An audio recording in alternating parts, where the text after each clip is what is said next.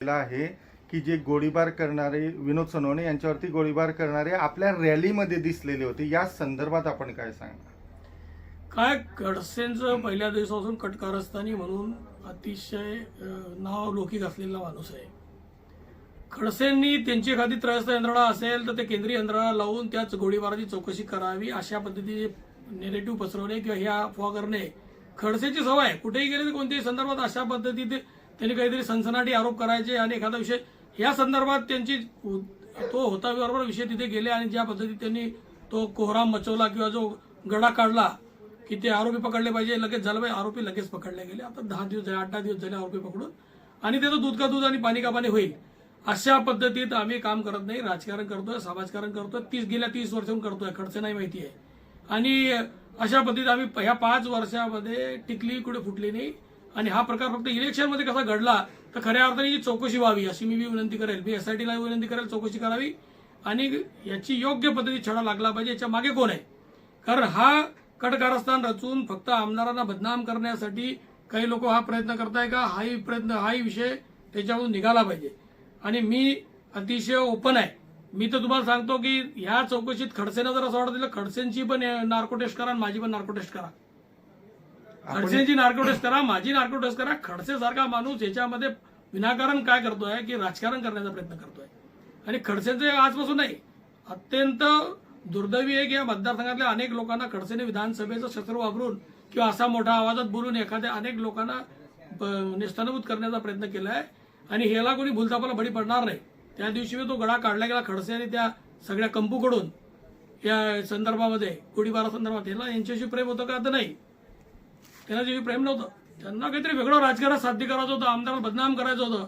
अहो, तुम्ही विधानसभेचा फॉर्म भरत असताना तुमच्या माध्यमातून मी आरोप करतो आता की तुमच्या माध्यमातूनच एक तिथे एका उमेदवाराचा, एका राष्ट्रीय पक्षाच्या उमेदवाराचा बोगस फॉर्म भरला गेलेला आहे. त्याची चौकशी चाललेली आहे. पोलीस चौकशी व्यवस्थित करत नाही. मी पण पोलिसांवर आरोप करतोय.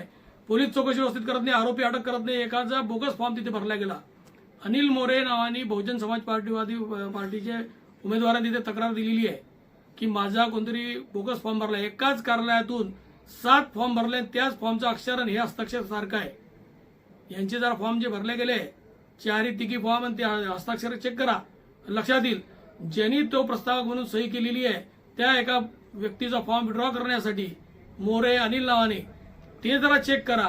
म्हणजे त्याच्यामध्ये हे किती कटकारस्थानी आहे. समोरच्या उमेदवाराचे फॉर्म कसे करण्याचा, गुन्हेगारी प्रवृत्ती कशी वाढवता, कोणाला तिथे पाठवलं, बिचारा त्या एकावर गुन्हा दाखल होऊन गेला जेव्हा प्रस्ताव त्याची चौकशी चालली आहे. पोलीस व्यवस्थित चौकशी करत नाही. अरे तुमचा तो नाफडे नावाचा व्यक्ती आज लपून बसला आहे. त्या बँकेच्या नोकर भरती घोटाळा प्रकरणामध्ये गुन्हा दाखल झाला आहे. तुमच्या जे नोट बसलाय, तुमचं सोशल मीडिया चालवतं, पोलिसांना का सापडत नाही? गुन्हेगारी प्रवृत्ती तुमची आहे, भ्रष्टाचारी वृत्ती तुमची आहे. तुम्ही आजपर्यंत गुन्हेगारी केली, गुन्हेगारी जोपासली. तुमच्या कुटुंबामध्ये एका पोलीस महिलेचा मर्डर करणारा व्यक्ती आहे. हा, ते तुमच्या कुटुंबात आहे ना. गुन्हेगार कोण आहे तुम्हाला माहिती आहे, सगळ्या जगाला माहिती आहे. तेवढं तुम्ही अशा पद्धतीचे आरोप करणे हे हास्यास्पद आहे. आणि खऱ्या अर्थानं तुम्हाला जर वाटत असेल की याच्यात दूध का दूध पाणी का पाणी, तर मी माझं स्वतः ॲफिडेव्हिट द्यायला तयार आहे की मी माझी कोणत्याही विषयात चौकशी करायची असेल तर मी माझी स्वतःची नार्को टेस्टचं पत्र द्यायला तयार आहे. तुम्ही द्यायला तयार आहे का? सगळ्या हल्ल्यांचं, मागचा हल्ला, हा हल्ला, यांचं पत्र द्यायला तयार आहे का की हे कोणी कटकारस्थान रचलं, कोण करतोय? तर तयार असाल तर मला कधी बोलो, आम्ही यायला तयार आहे. असे धंदे चंद्रकांत पाटील करत नाही. चंद्रकांत पाटील घटनेवर, संविधानावर विश्वास ठेवणारा माणूस आहे.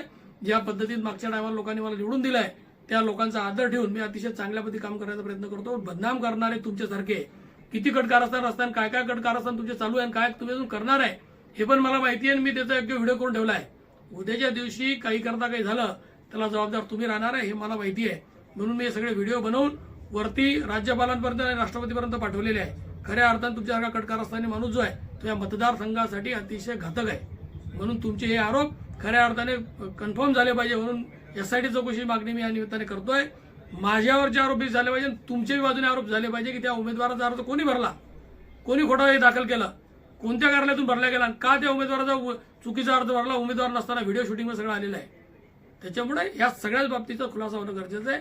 आणि आपला खुलासाही लवकरात लवकर झाला पाहिजे असं मी पोलिसांना आणि एसआयटीला पण विनंती करेल, सरकारला पण विनंती करेल.